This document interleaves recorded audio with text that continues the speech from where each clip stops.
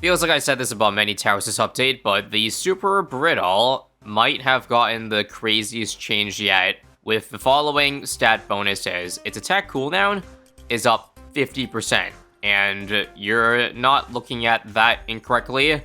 The damage got quintupled from 1 to 5, on top of extra ceramic damage and double the ice shard damage.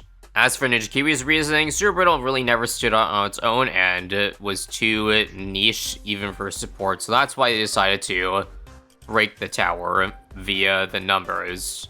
As for whether I agree with that, and if the tower actually needed a buff, well, I'm not sure about that. Also, nice. 2 substart works just in time, just in the nick of time. As I was saying, it felt like not long ago. By not long ago, I mean like over a year, that I remember Ice Shards or Super Brittle already got a massive damage bonus, at least in terms of the Ice Shard damage. So the fact that it got yet another one is kind of insane, and that's why we're going to attempt a much tougher map than I normally do for showcases. Flooded Valley, I think everybody could agree, is pretty hard.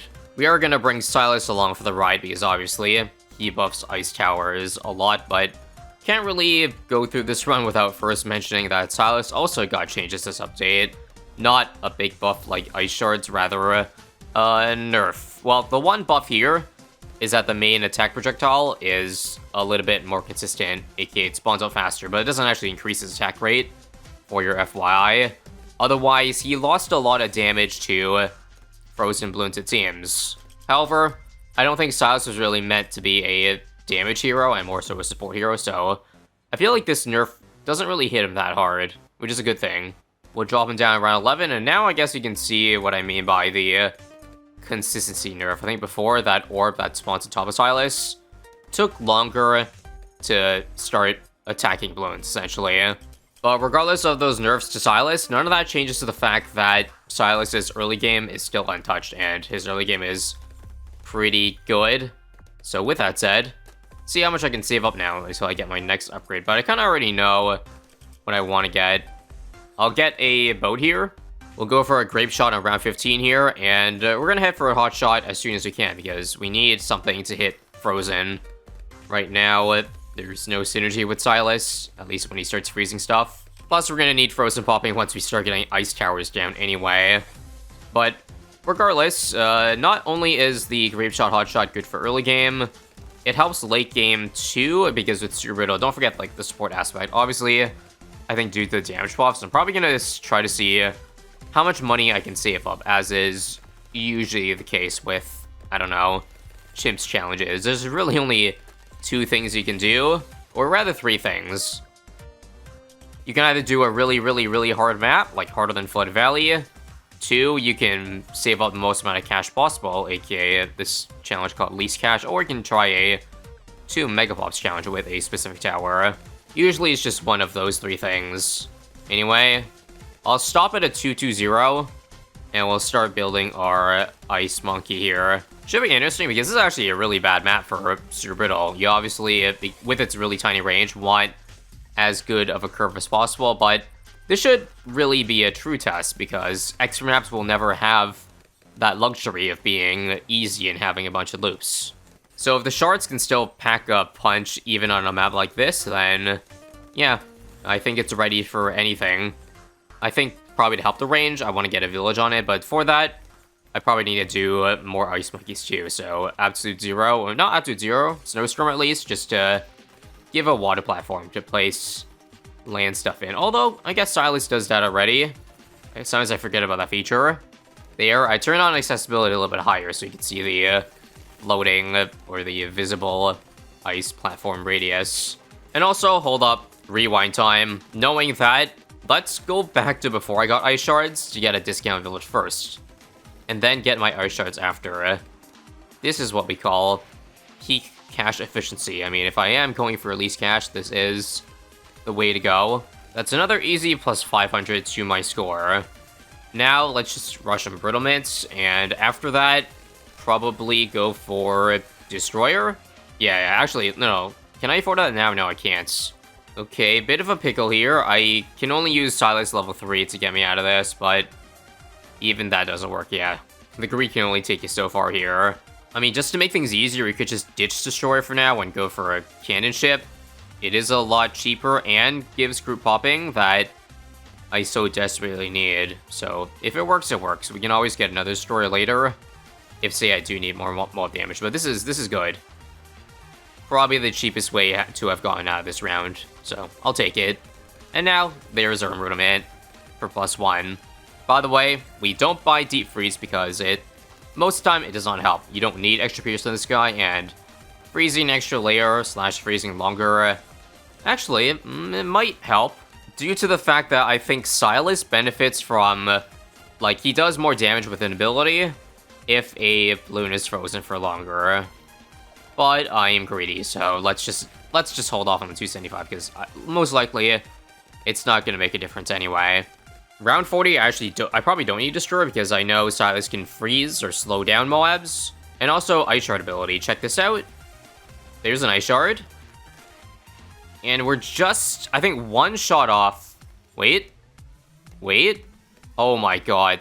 That's just, Silus is just disgusting. Now that's what I call living on the edge. Anyway, to save up for Sir Brittle, what's actually best is probably to wait for a higher Silus level. Reason being, Silus at a higher level, I'm dead now, but Silus at a higher level will make tier 5s cheaper by like 25%, so in the meantime, we should try to make use of his level 8. As you see, gains more XP for every tier 3 ice, which I believe is 5% per, so I think an ice strategy is pretty much the way to go anyway.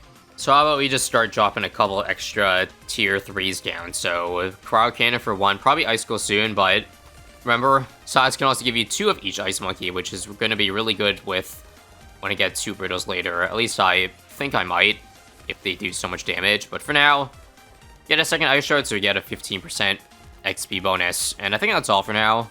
Sadly, just at this rate, I'm not going to get the cheaper tier 5s in time. What level is it again? I think it's level 13, or yeah, level 13. Seeing as we're only at level 9... and we're probably going to have too much money, I can do one of two things. I could just rush Super Brittle early and just pay the extra 7k, which would hurt a lot. Or I can just keep on building defense to get me there.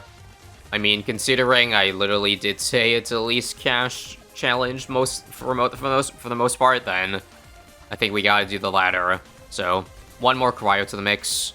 Honestly, though, looking at this, I think another Destroyer would have been more cost-efficient. It would have been cheaper than Ice Skulls, and giving us more utility, 8k mob damage, because I gotta think, like, around 100, I've got Sir Brittle, I might as well get stuff that has a lot of projectiles to benefit with Sir Brittle, so I find cheap around 100 defense, because I don't think I'm gonna go for, like, the first strike here. I feel like that would be really cost inefficient compared to literally anything when you have a Sir Brittle support tower of all things. The mob here, or BFB, we'll use one Silus level 3. Yeah, it turns out saving up for Sir Brittle is very easy, but it's just, I have to find the patience in me to not buy the upgrade for what looks to be about 10 more rounds here, but I feel like we can handle it. And 40k saved up with one of the easiest, chillest strategies ever. Sorry, I gotta stop making those puns. We got it now. Wow, we saved a lot. $7,000 plus there. I will add an embrittlement, but I might not go for the second Super Brittle until maybe after Freeplay, because I don't think we need 2 of them to see what this guy's got. Like, was this tower really too niche before this update that it needed to give more damage for itself? There are a lot of strategies that compare really well to Super Brittle and Chimps. Again, I'm talking like Attack Zone, literally anything that does 1 damage, Super Monkey, Destroyers. That personally, there was never any thought in my head that at any point did I think Super Brittle needed a buff. Like, specifically in Chimp's move. But don't forget, too, with the extra attack rate of Super Brittle, I think this is not just a change that affects its effectiveness in Chimps, but also bosses. I think now a lot of people might go for the range cross path, because if you already have enough attack speed that you're applying the plus damage to a boss all the time, then yeah, you can get away with the range now, which I think is pretty cool. Again, these puns are not on purpose, I just have a really limited vocabulary. ZMG here should be interesting. Because again, I still don't have a destroyer, so surely I should theoretically need more help against the ZMG here. But it seems like, I think as long as I pop it, you'll start to see a chain effect. Just wait for it. Moabs? I'll use level 3 just to be safe, but yeah, that just melted all the insides. You want to see it do it again? Well, here you have it. Okay, it's actually not one shot. It's not popping as quickly, but with the attack rate, it also just freezes it instantly, so more reliability, so nothing really gets through. I was worried that this strategy might need an Arctic wind or a snowstorm just to freeze more in place, but no. Top Path is already doing that for us, as well as, I guess, these two guys here. Anyway, I'm personally torn between two sides here. Number one is the crowd that says it's a single-player game, so who really cares if something is super duper overpowered? It won't affect anybody, like, outside of your own gameplay. But number two is that they still gonna kind of have to keep the game balanced, right? Or else, like, there wouldn't be any such thing as a real achievement anymore in this game. To play both sides, I don't necessarily think I fall into like one side fully, but in general, I do think they gotta tone it down, I feel like, with the power level of some of this stuff here, because this is getting kind of nuts. Also, can I get that one ceramic at the top? Silus has got it right eventually. Yes, good. But seeing that, the struggle against UMGs, I think I'll add just a little bit more, because I know for a fact I'm gonna need it later. So just a destroyer. I don't actually have to get hotshot, because now that these guys already removed the lead property off of everything, simply put, there's no need for that. But you can see, just one destroyer here has given us 2,000 damage on just the ZMG. I think it probably tripled our single target. Anyway, just to touch on what I was saying earlier, I know it's just a single player game. I think that too. Sometimes if something's overpowered, I'm like, okay, doesn't affect anybody else at the end of the day, so there's no need to complain about it. But them making towers stronger and stronger and stronger does slightly remove the feel-good portion of, like, beating a really, really tough map. If every tower is overpowered, then stuff like Flooded Valley Chips is no longer really, I don't know, considered an accomplishment. At least, IMO. As you see, we're up to 80k now on my first try. Had I optimized, I can definitely go even higher. But I think we're gonna easily clear 100k here. No doubt about it. Okay, bad news. I don't have level 10 up, exactly. This means I'm dead, right? Well, I see myself leaking to the top balloon there, so yeah, that's a bit of a concern. What would get me out of this round cheaply, you think? Yeah, we're dead pretty quickly. I have to use both abilities now. But it seems like we lack the DPS to clean up, right? Or hold up, not so soon. Or not so fast, not so fast. I think with better luck this time. Oh, I got a freeze, but I do see there were some balloons up here that are frozen and are getting through. Yeah, I'll add a little bit more. That little bit more is literally just an extra destroyer, just because I want to get stuff that is useful for round 100 later on. Also, I guess there is some merit to going hotshot, just because before the Super Brittle hits it, or the Embrittlement, the darts do get cock-blocked a little bit, which is not fun. And that's why this thing only did 3k damage, when I think it definitely could have done more. Either way, still an easy dub. 100k is still very much on the table. It appears on round 100 we have eclipsed the 100k pop mark. I have to use all my abilities though this round. Yeah, I mean it. I didn't want to use them around 97, but it was kind of tough. I died a few times without using level 10, but hopefully it doesn't hurt me. I feel like group stuff is probably better, just cause more things to shard into. Except that time. The good news is the Relentless Glue does keep me within 100k by the end of the game, but the bad news is that I probably can't spend much more if I want to stay above 100. This arbitrary number of 100. I think I'm still dead. At least I think it looks like I'm leaking on the top side, yeah. Okay, let's try to beat 97 more cleanly. It's all about level 7 timing, I think. Level 7. Now? That looks good. And Ice Wall, too. Nope. I think the answer is simple. I just get Relentless Glue because I'm getting a 98 on this round, and so with that, I probably don't have to use the level 10 ability anymore. In fact, I probably don't need to use any ability, right? Yeah. Relentless goes from having to use all 3 abilities this round to none. None at all. And that is why Relentless Glue is always the MVP, even though it did get a slight nerf this update that you can check the patch notes for. Anyway, at level 3 now, I'll use level 10 here.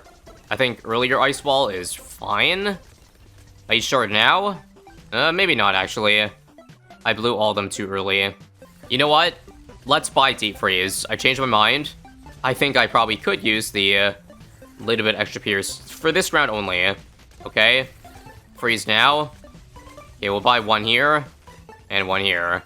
Are you guys proud? I finally bought an upgrade, but it does not seem... I don't think it seems to be enough. Okay, let's try a classic. Unstable Concoction, I don't think I've used in years. Mostly because, I don't know, the strategies I used involving it fell out of favor, but this one I think I could use some big-ass explosions, yeah. This is already more damage than the a third destroyer did for me, which is like 10k. 30k, jeez. Maybe that's what I need. We need Super Brittle also to be clutch. I think I just saw a 10,000 damage shard there. Okay. Wait, this is doing it. Where were you when Cock saved our life? On round 98. I think in 2 rounds I make 4k, but I'm not... Yeah, we definitely do, but I feel like if I spend money on this, I don't think I have enough left for round 100.